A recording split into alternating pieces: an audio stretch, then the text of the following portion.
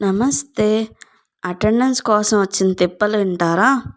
Madam, మాకు మామూలుగా ముందు రోజున క్లాస్ ఉంది, తర్వాత బీఫామ్ వాళ్ళకి ఇనాగ్రేషన్ ఫంక్షన్ ఉంది, మీకు కూడా దాంతో పాటే చేస్తారన్నారు. సరే అని చెప్పి వచ్చాం. ఒక క్లాస్ ఉందిగా, అటెండెన్స్ పడుతుందని. తీరా వస్తే క్లాస్ లేదు, ఏం లేదు. అక్కడ కూర్చున్నాం.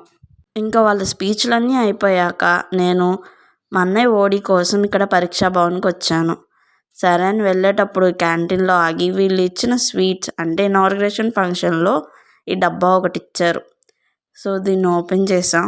దీన్ని ఓపెన్ చేసుకుంటా బీఫామ్లో మా కాలేజీలో ఏమి ఇచ్చారని చెప్పుకున్నాం. అరే, ఈ స్వీట్ డబ్బా కోసం పొద్దున్నే లేచి రెడీ అయ్యి మన్నని తొందర పెట్టి క్లాస్ ఉంది తొందరగా రా అని స్పీడ్గా వచ్చానని చాలా రిగ్రెట్ ఫీల్ అయ్యాను.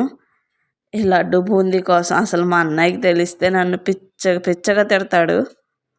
సర్లే, ఏం చేస్తామని ఇంటికి వచ్చేసాం.